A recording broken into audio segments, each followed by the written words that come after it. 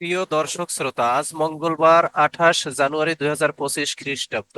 দৈনিক আজকালের খবর পত্রিকার শিরোনাম করা হয়েছে ইবতেদায়ী মাদ্রাসা জাতীয়করণে 24 ঘন্টার আলটিমেটাম। স্বতন্ত্র ইবতেদায়ী মাদ্রাসাগুলো জাতীয়করণে আন্দোলনরত শিক্ষকরা দাবি মেনে নিতে সরকারকে 24 ঘন্টার আলটিমেটাম দিয়েছেন। এই সময় তাদের দাবি না মানলে স্বরাষ্ট্র মন্ত্রণালয় ঘেরাও করা হবে বলেও হুঁশিয়ারি দেন শিক্ষক নেতারা। গতকাল সোমবার রাজধানীর শাহবাগের জাতীয় জাদুঘর সংলগ্ন এলাকায় শিক্ষকদের অবস্থান কর্মসূচি থেকেও আলটিমেটাম দেওয়া হয়। স্বতন্ত্র ইবতেদায়ী মাদ্রাসার শিক্ষকদের পক্ষে আলটিমেটাম ঘোষণা করেন ঢাকা বিশ্ববিদ্যালয়ের আন্তর্জাতিক সম্পর্ক বিভাগের অধ্যাপক রুহুল আমিন। তিনি বলেন, অসহায় শিক্ষকদের ওপর টিয়ার সেল আর সাউন্ড গ্রেনেড কেন? 5 আগস্টের পর টিয়ার সেলের কবর দেওয়া হয়েছে। আগামী 10 ঘন্টার মধ্যে স্বরাষ্ট্র উপদেষ্টা ব্যাখ্যা দেবেন কেন শিক্ষকদের উপর এই লাঠিচার্জ করা হলো। এটা না করলে শাহবাগ থানা ঘেরাও করা হবে। এরপর স্বরাষ্ট্র মন্ত্রণালয় তথা সচিবালয় ঘেরাও করা হবে। ঢাকা বিশ্ববিদ্যালয়ের এই শিক্ষক বলেন, আইন উপদেষ্টা আসিফ নজরুল, স্বরাষ্ট্র উপদেষ্টা এবং প্রধান উপদেষ্টা কি এই লাঠিপেটা দেখেননি? কিভাবে পুলিশ এই লাঠি চার্জ করে?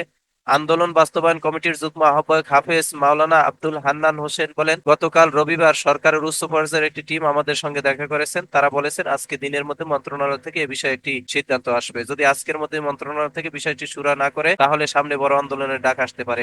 এর আগে রবিবার বেলা 1টার দিকে রাজধানীর শাহবাগ মোড়ে জাতীয়করণের দাবিতে স্বতন্ত্র ইবতেদায়ী মাদ্রাসা শিক্ষকদের বিক্ষোভ সমাবেশে পুলিশের লাঠিচার্জ, কাঁদানে গ্যাসের সেল নিক্ষেপ ও জলকামান ব্যবহারের ঘটনা ঘটে। ওই দিন সকালে ঢাকা বিশ্ববিদ্যালয়ের শিক্ষা ও গবেষণা ইনস্টিটিউটের সুপারিশে স্বতন্ত্র ইবতেদায়ী মাদ্রাসা জাতীয়করণের দাবি জানিয়ে জাতীয় প্রেস ক্লাবের সামনে অবস্থান নেয় স্বতন্ত্র ইবতেদায়ী মাদ্রাসার শিক্ষক ঐক্যজোট। তারা এক পর্যায়ে প্রধান উপদেষ্টার কার্যালয়ে পদযাত্রা ও স্মারকলিপি দেওয়ার ঘোষণা দেয়। এরপর তারা জাতীয় প্রেস ক্লাব থেকে ঢাকা বিশ্ববিদ্যালয়ের ভেতর দিয়ে শাহবাগ থানার সামনে পৌঁছালে পুলিশ তাদের বাধা দেয়। পুলিশ জল কামান নিক্ষেপ করে এবং সাউন্ড গ্রেনেড ছোড়ে। এ সময় বেশ কয়েকজন শিক্ষক আহত হন। কয়েকজনকে ঢাকা মেডিকেল কলেজ হাসপাতালে ভর্তি করা হয়েছে।